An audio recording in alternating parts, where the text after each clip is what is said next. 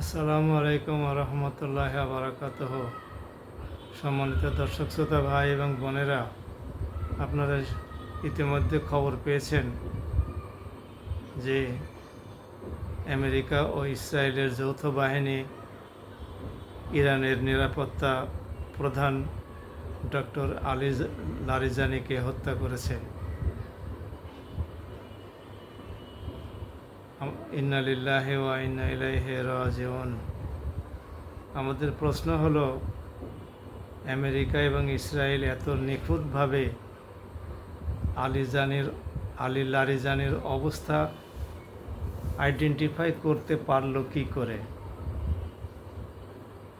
উনি ওনার বাড়িতে ছিলেন ওই সময়, যে সময় তারা হামলাটা করেছে। নিশ্চয়ই যদি অন্য কোথাও লুকিয়ে থেকে থাকেন তাহলে সে খবরটিও যথাযথভাবে সঠিকভাবে ইসরায়েলের কাছে বা আমেরিকার কাছে পৌঁছেছে।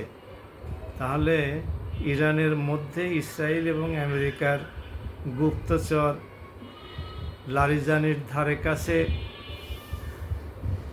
তার অবস্থানের সংবাদ প্রদানকারী বিশ্বাসঘাতক না থাকলে ওনার অবস্থান সম্পর্কে ওরা জানল কি করে?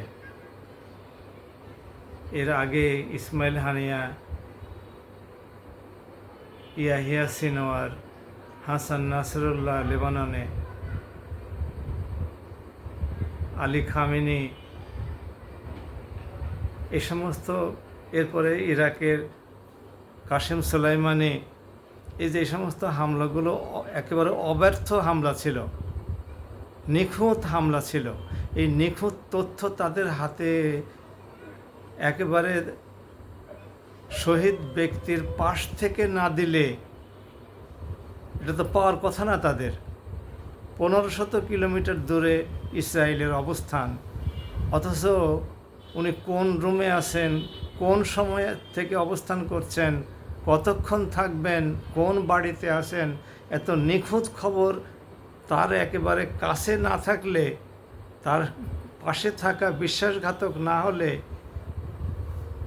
কিভাবে ইসরায়েলের হাতে পৌঁছালো?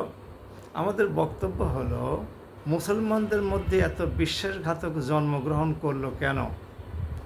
যেখানে পৃথিবীর সবচাইতে শক্তিধর দেশ আমেরিকা এবং তার প্রক্সি ইসরায়েল, মধ্যপ্রাচ্যের অন্য সবচাইতে শক্তিশালী দেশ, ছোট্ট একটা দেশ, 20,000 বর্গ কিলোমিটার একটা দেশ, ইরানের মতো 16 লক্ষ বর্গ কিলোমিটারের এবং 9 কোটি মানুষের দেশকে তছনছ করে দিচ্ছে।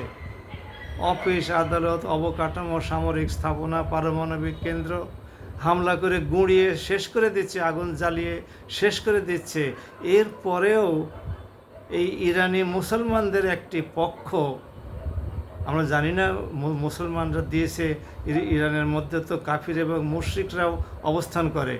ভারতীয় বহু মুশরিক হিন্দু ওরা ইরানের মধ্যে অবস্থান করে, তারাও দিয়ে থাকতে পারে। যাই হোক না কেন, আশা করি আমরা ইরান আগামীতে আরও সচেতন হবে এবং তাদের তথ্য যেন কোনো অবস্থাতেই, গোয়েন্দা তথ্য তা কোনোভাবেই ইসরায়েল এবং আমেরিকা বা তার শত্রু দেশের কাছে না যায়, এই বিষয়টি খেয়াল রাখবে। আর দীর্ঘমেয়াদীভাবে আমরা ইরানকে অনুরোধ করি, আপনারা আপনাদের পার্শ্ববর্তী সকল মুসলিম কান্ট্রিগুলোকে বন্ধু বানান, শত্রু বানাবেন না। তবে যদি মুসলিম কান্ট্রিগুলো ইরানকে শত্রুর তালিকায় রেখে দেয়, তাহলে তো, এবং আমেরিকাকে তারা আশ্রয় প্রশ্রয়, ইসরায়েলের সাথে গলায় গলায় পীড়িত এগুলো করতেই থাকে, তাহলে তো ইরানের পক্ষে বন্ধুত্বের হাত বাড়িয়ে দিয়েও কোনো লাভ হবে না।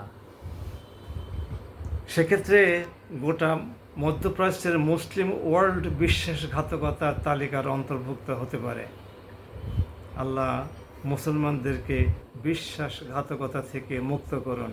বাংলাদেশেও বহু বিশ্বাসঘাতক আছে যারা ভারতের হয়ে বাংলাদেশের ভিতরে ইসলামী শক্তির বিরুদ্ধে, বিএনপির বিরুদ্ধে কর্মরত, এবং এখানকার একটা পিন পতন ঘটলে সে খবর বাংলাদেশের মিডিয়া পাওয়ার আগে ইন্ডিয়ান মিডিয়া পেয়ে যায়।